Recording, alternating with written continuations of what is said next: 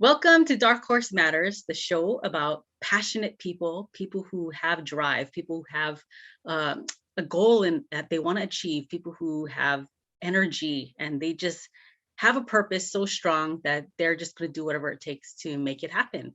And there's stories on how that evolves. And it's just so exciting for me. Every single time I have a new guest on the show, it just fires me up. And I hope that happens for you as well, those of you watching. And if you're a returning guest, I just appreciate the support. If you're new, don't forget to like and subscribe, hit the bell so you can be notified every time we have a new story posted every week. So today's guest has been, it's just a pleasure for me to have her here. It's kind of random how I found out about her. Hinman is one of the biggest dental conventions out there. Well, pre-pandemic, it was a really huge deal. This time it was our first time back after, being virtual for the past few years. And I was really excited when I knew that I was going in person. I know the energy is just so much better. And I don't know, I feel like I learn better that way. But I found out about her. I just signed up for some classes that I knew was dental hygiene related because I'm a dental hygienist. And that's how I found out about her. I was so inspired by her speaking and her teaching. And I just walked up to her right after and introduced myself. And now here she is on the show. She's accomplished so much in her life. And for those dental hygienists out there who are probably watching, you're going to be inspired by her for sure. So please give a warm welcome to Amber Auger. Hi, thank you so much for having me. First of all, I didn't realize we were on video. Otherwise, I would have cleaned up my office here. I'm like, oh no, she is going for it on video. And I've got my dog mom hat on after the dog park. I'm like, oh my goodness. You look gorgeous. You look gorgeous. I apologize that I've got like notebooks out and this is my dog's chair that's just hanging out. So I'm like not prepared. So I apologize for the background, but I am so excited to be with you all today, whenever time you're listening, whatever time you're watching. I'm so excited to be here and thank you for having me. You're very welcome. And it's such a pleasure to have you on here. So before we get into, just your journey of dental hygiene and where you are today, can you give us a little background about yourself, where you're from? Yeah, of course. So I grew up in a small town called Lewiston, which is a French Canadian community. So my last name's actually pronounced Auger. I go by Auger because if I said Auger, everyone wouldn't be able to spell it correctly. So I grew up in Lewiston, Maine, and Milltown, and that's where I'm from. Yeah, I grew up with a single mom. So and went to hygiene school in Connecticut, and then got a master's degree in public health from the University of New England in Maine as well. Okay, I didn't know that you grew up in a single mom household. So have I. I mean, my dad passed away when I was in high school. So after that, single motherhood, I truly experienced, like what that was like. It's a struggle, especially when there's 5 girls. Do you have any brothers and sisters? I have an older brother with a different dad. So we're half brother and sister. So I cannot imagine, what that is like to lose a parent. I didn't lose a parent. A parent was never involved. So I feel like that's actually so much worse than never knowing, missing out on somebody. So right. I'm so sorry that happened, but it always, makes us who we are. Right. Yeah. So I see where your drive and your sweat equity come from. Yeah. So you're the first dental hygienist I've interviewed on my show, which is really surprising. I've interviewed several dentists, but I'm so glad that you're my first hygienist that I'm interviewing. So I always ask all the dentists sort of this question. So I'm going to ask you, what inspired you to get into dental hygiene? Because everyone always tells me like that's so random. Like, why dental hygiene? Yeah. So first of all, I grew up on Bill Nye the Science Guy and Miss Frizzle. So I absolutely have always loved science from that realm. And I remember the moment that I decided I wanted to be a dental hygienist was in the 6th grade science class. We were talking about how teeth form. And I was like, that is it. I'm doing it. I'm going to dental hygiene school. And, I wanted to eventually go back to school for dentistry. And I decided that I really loved prevention. And I started dental hygiene with carpal tunnel. So I knew for me personally, I couldn't withstand doing full-time clinical.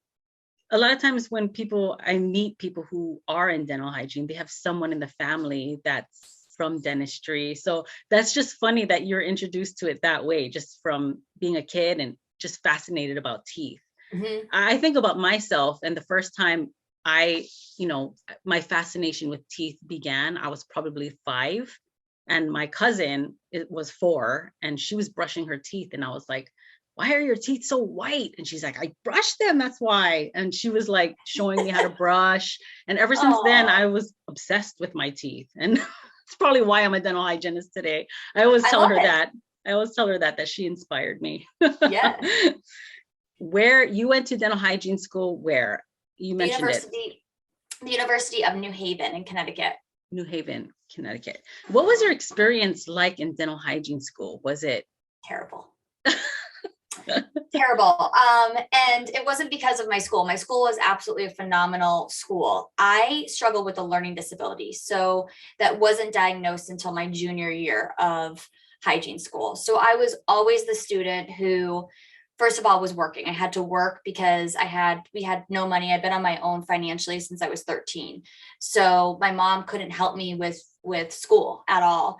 And essentially what I did is I worked pretty, 20 to 30 hours a week, plus did hygiene school full time, lived right on campus. And if I wasn't working, I was studying. And I didn't know how to properly study, through middle school, through high school. I was always an honor student, but I would always fail tests, make it up in classwork and make it up in class participation, and would still be an honor student. And that was literally how I lived my life. So when it came to hygiene school and the tests were so important in regards to how much they counted for in the class, it was such a struggle for me. And I would go to a study group, teach everybody else in my study group the information, get to the test, and just absolutely fail the test. And I had an amazing instructor my junior year who said, I want you to go to the student services and get tested for a learning disability. And essentially what they found was that I have a problem with comprehension. So you can ask me verbally, I can answer the question without multiple choice. But if you ask me on paper, I have no idea what the question's asking. I get super anxious. So my senior year, I had more time for testing, a private room, graduated with honors. And I'm so grateful that professor saw that in me and provided me with the resource I needed, because I actually had more time on boards.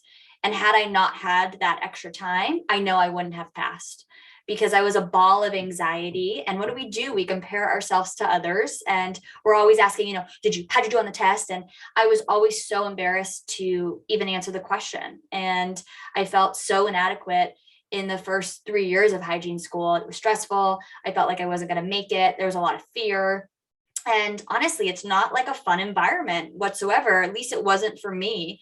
I'm so grateful that my professors were who they were and always inspiring and encouraging, but it was really, really hard for me for school. And what's funny is most people assume that it wasn't. And now that I'm doing what I do on the podium with speaking, corporate consulting, and running, my own business and creating Thrive in the Op, everyone assumes that, oh, you must have loved hygiene from hygiene school. Absolutely hated hygiene school, every minute of it. And I love what I do as a hygienist. And the fact that I worked in a practice throughout high school really continued to drive me forward, because I knew what the real world would be like. And I knew I would love the everyday as a dental hygienist. So that's really what kept me in school. Wow. I cannot believe, that just, for anyone out there who just doesn't believe in themselves, you're living proof that, come on, there's no excuse here, you can do it. Wow, that is such an incredible story. Thank you. What an inspiration to a lot of people out there. Because I think about dental hygiene school. It was tough, especially that first, it's so academic was the first semester. I just remember having 10 exams in 1 week. I was like, this is not legal. You know what I mean? I don't think I slept for 2 weeks. Right. And it was funny because I was having conversations with some of my classmates recently, and when I was asking them about what they remembered about school, and they're like, why are you trying to bring back my PTSD? Right. It wasn't that it was horrible. It was just, it was tough. you know, they really, really pushed you to your level. And I actually appreciated that about dental hygiene school. A lot of people remember the horrible things, but I remembered how much I grew, and Mhm. you know, and I grew a lot in a really short period of time during that experience. So Mhm. that's very cool. So after graduation, and you entered into the professional field, into clinic, like what was your outlook like after graduation? You know, when you know, what was your view of what it was going to be like in the clinic, you know, and then compared to like when you started working, like was it different? You know, your expectations from what actual was. You know, it was different, but I will be honest. I worked 6 days a week as a new grad, and I was in three different practices. Two were pediatric, and one was a multi specialty practice. Every single dentist that I worked with was so encouraging, so empowering. They saw my hunger to learn, they saw my hunger to please. I think that being a waitress really helped me anticipate working under stress well. So I tend to like thrive the more chaotic the environment is, the more I'm like, okay, let's figure out the solution. And, that energy of, okay, we're really busy. How do we get back on track? How do we get back on time? That works well for me. I love that pressure. And again, I think it stems back from waitressing. But the employers that I had from the get-go were always open. They always wanted to collaborate with me. One of them would be like, hey, if you want to eat lunch with me today, like, let me know, we can go over a case. And I would jump in and, bring lunch, and we'd sit together and we'd talk about why he did the restorations he did. And I learned so much about vertical dimension and biological width and these specific terms that I never learned in hygiene school. And I always felt like the dentists were my peer. So I was never nervous to talk to them about anything, whether it was talking about an instrument budget or talking about, the handoff and how I can improve. I felt really, really supported. And then I moved to the Boston area about 4 years after graduating, and staying in Connecticut. I moved to Boston, and the experience was completely different. So What? I realized how unique I had it in Connecticut at that time. Mhm. Yes, like I love how you just your whole time you've just been so surrounded by support, and people who are giving, and you know that's a huge I don't know, a lot of people don't get that, and Mhm. I that's really great, and it just shows, you know, and I think it's your hunger really that attracts that support to you. Thank you. Um, Yeah, I think that I also I align. I now looking back, I was attracting a different caliber of dentists. Dentists literally were. I showed I was hungry. I showed up with hand printed resumes on thick resume paper with my business cards attached to it, two or three with a paperclip on it, and would go in and literally cold call offices. This was back in 2010. So, internet was a thing, but, to go and make the effort to be in person helped diversify me for sure, because I was competing with all the people I had graduated with. So, what made me different? Well, this is how it made me different. Mhm. Wow. Yeah, your passion is definitely evident, and it's, you know, Yeah. I can feel the energy through the screen. Thank you. That's I've never awesome. been told I don't have energy, that's for sure. No, and that's like important when you're a dental hygienist, because, you know, people when they're in the chair, you know, they're in a vulnerable place, you know, and Right. if you can, you know, just convey that you care about them and you want to create a happy environment for them and comfortable, you know, that makes a huge difference. So that's awesome.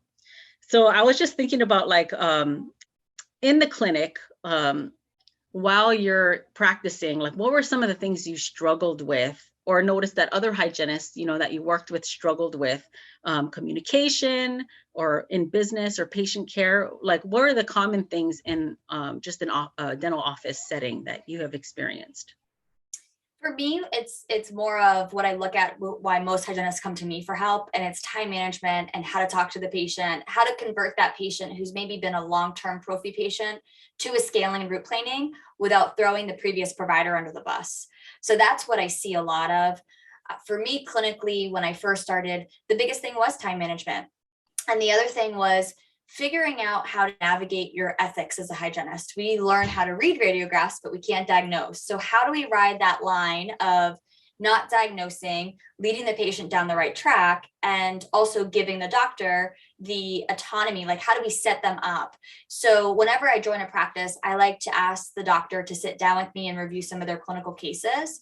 So I have a better idea of when they're going to recommend a composite versus a crown versus an onlay versus an inlay versus an implant versus a bridge. I want to know where their philosophy stands so that I can properly educate the patient before they come in. And again, not to diagnose, but frankly, we're co-diagnosing. So that's really where I specialize with teaching hygienists how to do it, and where I've learned how to find my own road to that path, if you will. I feel like a lot of the problems that I've seen, I've temped at a lot of offices. I've worked in 3 different states. And I don't know, I think just the communication between the hygienist and the doctor, that connection is just so separated. Yeah. So I think that's amazing that just from the get-go, you sit with the doctor up front and, hey, let's communicate here. Yeah, that I can see how that makes a huge difference, because that disconnect is just so rampant out there.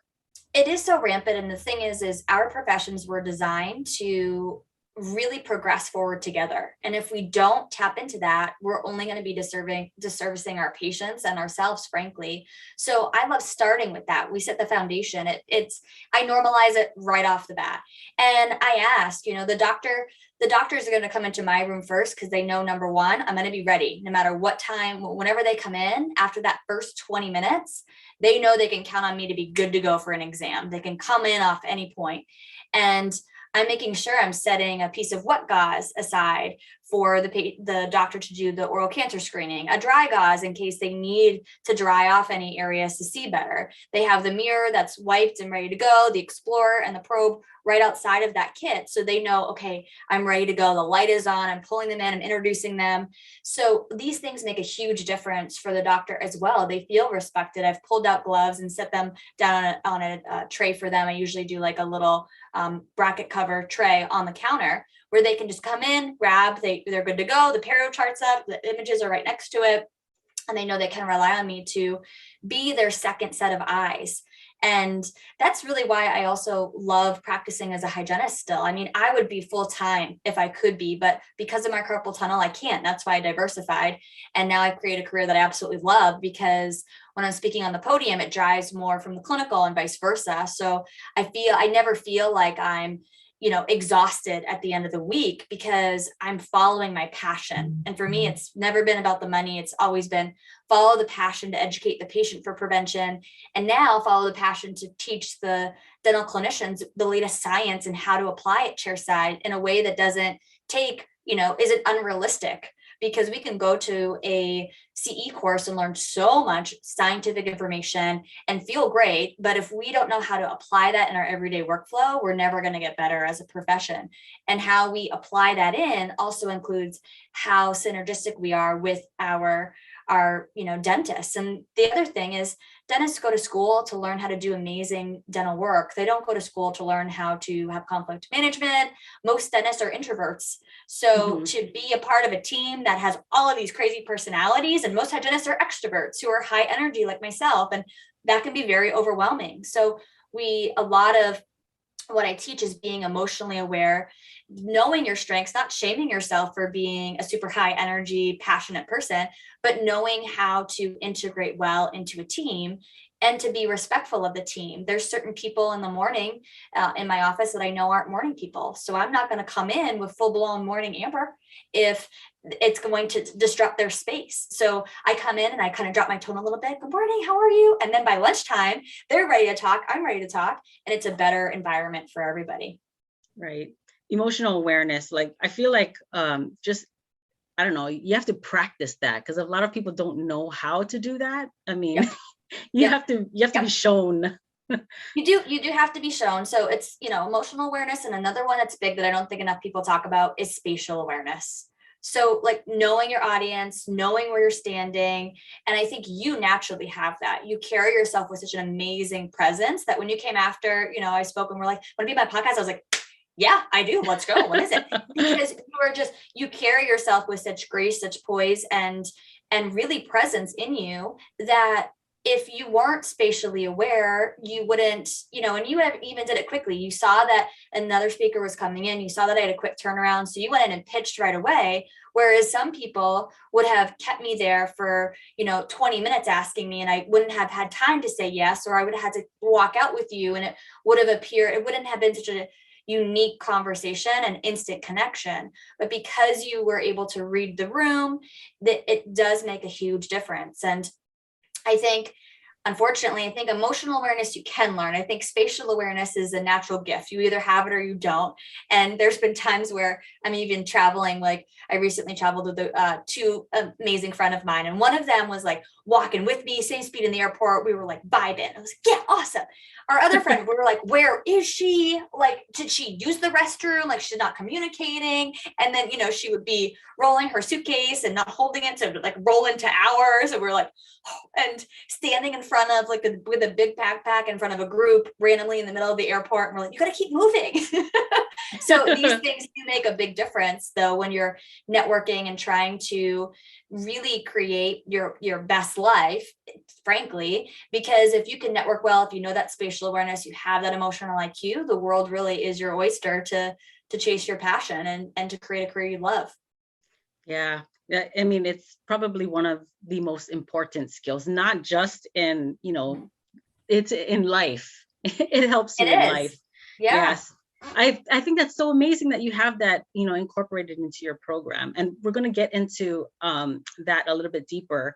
I just wanted to talk about like some of the people that you help. Like, do you ever come across a lot of single moms out there? Like, because I was like have this question, like when just speaking for myself, when I went to dental hygiene school, I never thought of that I was going to end up being a single mom while being a dental hygienist. Like, what is your, what do you think about, or what is your experience with people, with dental hygienists who are single moms and, as dental hygiene is a career for a single mom? I know you make it possible, like just because the way you are, like, I don't see why that would ever hinder someone like you, but I know a lot of people, I struggle with it.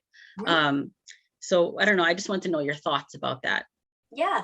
So I've coached a few single moms, and what I coach too as well is, for me clinically, I make more in 2 days a week for clinical hygiene than I did working 5 days a week. And that's because I work off a base plus commission structure. So I've worked with teaching hygienists how to maximize case acceptance, never over recommending treatment by any means, but how do we look at that patient comprehensively and recommend according to their risk factors? And when we do that naturally, your production is going to increase. So I've been able to work with single moms where we figure out how to have maybe scheduling in some longer days of, instead of moving from a 4-day week work schedule, we can have them make the same amount in 2.5 days, if not 3 days at most. So you can have more time at home with your kids. And for me, being a product of a single mom, my mom was never home. My mom worked 3 jobs. She was a bus driver, a house cleaner, and a bartender. So I've understand the importance of the sweat equity. And the amazing thing about being a dental hygienist, of course, is that overall we make some pretty great money. And we do have more resources to help with childcare and things like that, but it can also be a challenge where you want to be there for your kids and you don't want somebody else just watching your kids all the time. So I focus on helping you create a high paying job and even creating maybe even a side hustle, whether it's doing writing or some lecturing, or I provide coaching on that as well. And to help you create, again, your dream life. For me, if you would have told me that 5 years ago that now I can work from home 3 days a week and get paid like I would a full-time clinician and create these opportunities outside of the op, I would have died laughing. And my goal was never to become a public speaker. My goal was just to change the profession. So I chased my passion. I said yes to opportunities, and I really fell into speaking, and now I absolutely love it. And I'm so honored that I can do what I do from the podium. I do think that it is an extreme privilege to be able to educate and empower the clinician and from the podium standpoint, it's phenomenal to be able to have companies that stand behind me too and provide speaking honorariums is a gift. It's a dream. And it all came with literally just chasing my passion. And, that's what I encourage all professionals to do is figure out what you love. And you know what? It's okay if you only want to do hygiene part-time. And it's okay if you want to start a Etsy company and maybe it looks like starting, a flower company, or maybe it looks like starting a dog washing or whatever it may be. There's so many opportunities that you can have, especially now in the industry where dentists are more open to part-time work or temporary work, or there's a lot of opportunity for us.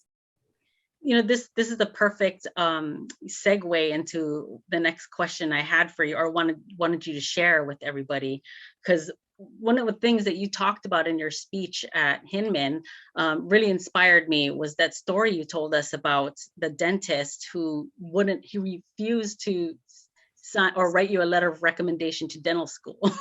Mm-hmm. And that's how you Yeah. kind of got into the way your career is now. Can you share that story with everybody? Oh, I would love to. So I worked for an amazing pediatric dentist. His name is Dr. Tony Lepore. He's since retired, and he taught at UConn. And when I was a new grad, my goal was to go back to school for dentistry. I really thought I wanted to become a dentist, and that was the original goal. I started dental hygiene to pay for dental school, and I had come back from my second mission trip in 2 years, and I went to Kenya for 2 weeks. I did a dental hygiene mission trip, and we stayed in mud huts, and we went on safari, and it was absolutely amazing. I would do it again in a heartbeat. When times are normal, and we're not in a pandemic, I typically lead a mission trip once a year to the Dominican Republic. And I came back and I was just so excited to share all my stories with everyone. And he called me into the office and he was like, I don't know if dental school is for you. I want you to think about it. I'm going to give you, 90 days and you think about it. I don't want to write you this letter of recommendation because I'm concerned about your wrist. I don't think that you will be able to work full-time long enough to pay for your student loans. And I think it's silly for you to go to school and get into all of this debt if you're not going to love it and you're not going to be able to pay off those loans. And he went one step further, and he said, I see you as a speaker, writer, and consultant. And I think that's really, you need to head. And I know that you are so passionate about public health. I want you to pursue that. And I was so angry at him that day. I had worked so hard to become a clinician, and it was always I felt like it was a miracle that I made it through hygiene school. And I just remember turning all red and was like, well, this is silly. I'm not going to be a speaker, writer, consultant. I don't want to do any of those things. I want to be a full-time clinician. And long story short, now we just kind of laughed because after 90 days, I went to him and I said, you know what, I think you're right. And he was such a phenomenal mentor. The day that I gave my notice in his practice, I did it when he wasn't there because I didn't want to disappoint him, but I knew that Connecticut wasn't for me. And I wanted to move to the Boston area. And when I left, he made me promise 3 things. He wrote me this beautiful note. And he said, I don't want, number one, never settle for your spouse. He said, you're such a unique person. I want you to find your true match. So don't settle for just anybody. He said, number 2, I want you to go back to school to get your master's in public health. I really think that's for you. And I want you to do it soon. And number 3, always work with kids. And he said, you're really gifted with kids and they light you up. They're going to infuse you with the passion that you need to chase whatever it is that you want to achieve. And, it makes me emotional. I get like chills every time I share the story because he was such a phenomenal mentor and I had no idea what I had. He, was just he was the best boss I ever had. And, I've had some really great bosses, but when I moved to Boston, I took 2 weeks off of life and I had never taken 2 weeks off of life ever in my whole history of life.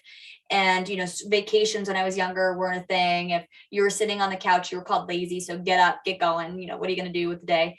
So I became a spin instructor when I moved to Boston. I decided I wanted to teach spinning, indoor cycling. So I became a certified spin instructor and I started nannying a little girl who was 3 months old at the time. And now she's 9 years old. And I've been with the family ever since. We still have our Wednesday dates. Right now we're working on a 10,000 piece dog puzzle that is much harder than we both anticipated. And, I attribute that all to him. But what I've learned is that everything you do in your life will set you up. And every challenge, every struggle, every good and bad, ugly is meant to teach you a lesson. The quicker you learn the lesson and you embrace the struggle, you embrace the suck, you go through and you cry it out, you feel those disappointments, the more that your career or your life in general will propel you for what you're meant to have. And for me, I became a spin instructor because I was looking at it as I didn't want student loans. So I became a spin instructor and nanny because I love kids and let's make money doing two things I love to do. And I paid for school as I went. So I graduated with my master's with no loans. And 4 years after hygiene school, I had paid off $90,000 in loans because I was making really wise decisions on what I was spending my money on and budgeting really strictly. But now I look at it as I would never be comfortable in front of an audience if I hadn't learned to be comfortable in front of spandex leading a spin class where if the song sucked, you would get booed. So all of these things really helped propel me forward into what I meant to do. And every terrible boss I've had, every temping situation that was terrible, every negative interaction with another employee or a peer has taught me the skills that I need to teach others. So inspiring. I mean, just the way that you go through life and the way you choose to perceive, any adversities that come your way. I mean, that makes a huge difference of the people who are successful and people who move forward in life rather than just staying stagnant or not, being lost. And that's such an inspiration. I just love hearing that story. I love that story when you told us that at Hinman about that doctor who really inspired you, like just tremendous. I just love hearing stories like that. And I know it's going to touch and really pump a lot of people up out there and hopefully just light a fire in them too, Yes, I hope so. I hope so. And, I think when you look at people too, who are always encouraging to me, whether it's Oprah or Tony Robbins or even Pitbull, when you look at people who are successful, or Michelle Obama, they changed, you're dealt a hand of cards when you're born into this world. And I truly believe that when you are working hard, when you are showing up, when you are putting that work in, you can change your cards in at any time.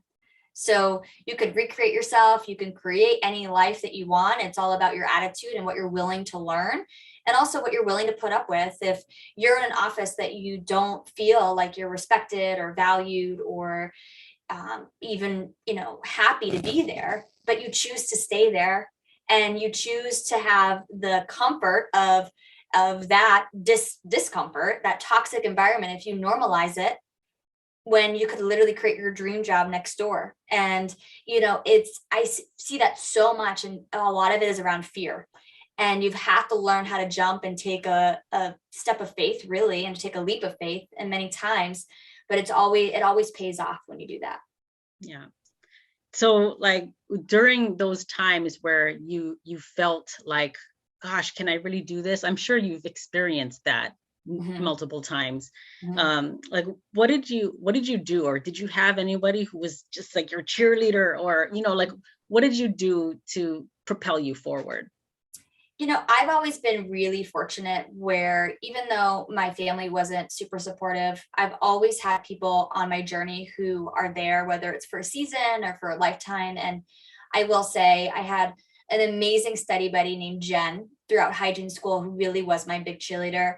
And then my roommate, Miranda. And Miranda and I roomed together for 4 years on campus, and we're still friends today. Miranda is a practicing dental hygienist and recently was in a Hallmark movie. She's an actress and chased her passion for acting. But both of them were so pivotal because I was in a place in my mind where I couldn't get over the self-negative talk. And I was so discouraged where I'd put so much work in and I would try to stay positive and I would fail tests. And then it was so this cycle of just working so hard and thinking it's going to work because I'm working really hard. And then I would fail. And then I'd be like, oh, well, what now? So I would say that, it was that. But I needed that to learn the importance of just resilience and learn that you can get through hard things. And now I actually do a lot of HIT training where I do Orange Theory 3 to 4 times a week. So I'm pushing my brain and literally teaching myself that I can physically do hard things so that when I'm mentally working, I'm in a different spot. And 2 years ago, I signed up for a coach, and I've worked with an amazing business and life coach that also helped me, because growing up in the environment that I did, it's really easy to kind of get into my own head and almost have that synapse of negative thinking or negative coaching, or even at one point in my life have been in situations where I tried to self-shame to motivate, and like you're so behind on this, you should have done this 10 years ago, or 10 days ago rather, and why did you wait till last minute to get this assignment done? And try to then be productive in that environment is not going to work. So having a life coach has been really pivotal for me as well in my business and personal life. Yeah. That having a coach is definitely, I mean, you have to do that. Like, I actually just started working with one too, and it's been life-changing. Good. Yes. We can't see what we can't see. So it's nice to have somebody to support you in it and to help you process it emotionally and encourage you to feel all the feels. Right. Yes. I liked that you were so vulnerable with, talking about those times when you're just, self-shaming yourself and that self-talk. But like, as far as the dental hygiene career, like, there's been a lot of negativity out there about that. Like, there's I have a relationship with a temp agency here in Atlanta, and she was telling me about this Facebook group that they have called, what is it called? It's called Trapped in an Op or something like that. And it's just, story after story of people just leaving the profession. And I'm just like, it's scary, I'm like, there's so many amazing things about being a dental hygienist, but there's so many hygienists out there who don't know how to communicate, what they're feeling. So they're creating their own hell, in the world. And it's just so inspiring to hear you bringing the passion back into the profession. I feel that fire, because I mean, the burnout is real. It is so real. I see Facebook groups, people are just always making comments about that. And, it's the community. I love the community that they're all talking with each other, but you want to spread goodness, and not so much negativity. Yeah. And a lot of it is, I'm aware of the group. I've watched the group for many years. And throughout COVID, when I was seeing mass hygienists exiting and having them calling me and saying, well, what can you get me into? And I'm okay, what skills have you done? What work have you done to be ready to do this? And what courses have you taken? How are you investing in yourself? And well, I'm a dental hygienist. I should be able to go and get this or go and get that. I'm like, right, but I understand you do have an amazing degree, but let's talk about how you're presenting yourself. Let's talk about how you're networking. Let's talk about what your real end goal is. So for me, I, again, absolutely love dental hygiene. I think it's an amazing, amazing career. And when I look at burnout and I look at those people who are really going down the road of negativity on social media, or expecting that they should be handed different professions or different opportunities just because, that entitlement is not going to get us anywhere, number one. Number two, a lot of the burnout stems from conflict management in the practice. So we have to learn how to communicate with each other well in a respectful manner that's solution-based, to effectively collaborate to create an amazing career that we really all want. Absolutely. I got a chance to look at your website. Can you tell the audience now, like, about your program, which is so comprehensive? I'm really impressed with it. Very impressed. Thank you. Well, I will say I've been a part of the RDH Magazine team for about 6 years now, and I have a platform called Ask Amber RDH. So where hygienists can go in, we do a Facebook group or Facebook Live rather, through RDH Magazine's platform. So I have a really good pulse on what the industry needs in regards to the content that they need. So what I did is I put together a 50 on-demand lesson course called Thrive in the Op. It's 100% on demand, and don't let the number 50 scare you. Most of the videos are 8 minutes or less, and not every section has a video. Some of it is a self-led on-demand kind of workbook or clinical cases that you can review. And then we also do weekly coaching. So the weekly coaching is done in a private Facebook group called Thrive in the Op that members have lifetime access to, and they have lifetime access on the on-demand content. So this covers literally everything that I wish I had over the last 11 years of my career, from networking to clinical skills to emotional intelligence to how to leverage your strengths to how to make more money in less time to working with difficult peers, difficult patients, difficult office manager, difficult leadership, and how we show up honestly in our best selves so that we can fully thrive in the op and love it. Because there have been times in my career where I'm literally feel burnt out or dread going to work. There's been times I cry on the way home and being like, well, what else can I do? Or even struggling with wrist pain or back pain or neck pain. And how do we really deal with that? How do we become best advocates for ourselves? And it can be hard when you graduate school and feel like you're on an island. So this is also a private community where we're encouraging each other, we're celebrating one another. And it's been amazing to see the differences and the confidence. Each and every member has left the group more confident. And the great thing is you have lifetime access to it. So if you join, like we have members that joined in fall, I launched in fall of 2021. And now we have members that are coming in now in our spring session who get to meet those fall members, and the fall members get to hear and still be a part of the lives if they want to be. So they get to continue to ask questions. So it's literally group coaching with me, and we process through what they're going through. And if they want to keep it anonymous, they email me ahead of time, I answer on the live, and that's pretty much how it works. So it's been an absolutely amazing thing to offer the profession and see the exact difference from participants who are going through the program. Awesome. Can you tell us, like, is there a deadline to sign up for the program? Yes. So we actually keep doors open. So we open each quarter. So it opens 4 times a year, and the doors stay open for 30 to 60 days at a time. So we opened in March 20. What did we do? We did March 21st where they opened. So we will be closing at the end of April. Okay. Yes, the end of April. And I actually have a promo code for you. So all listeners who type in BEV to the promo code BEV will get $100 off their Thrive membership.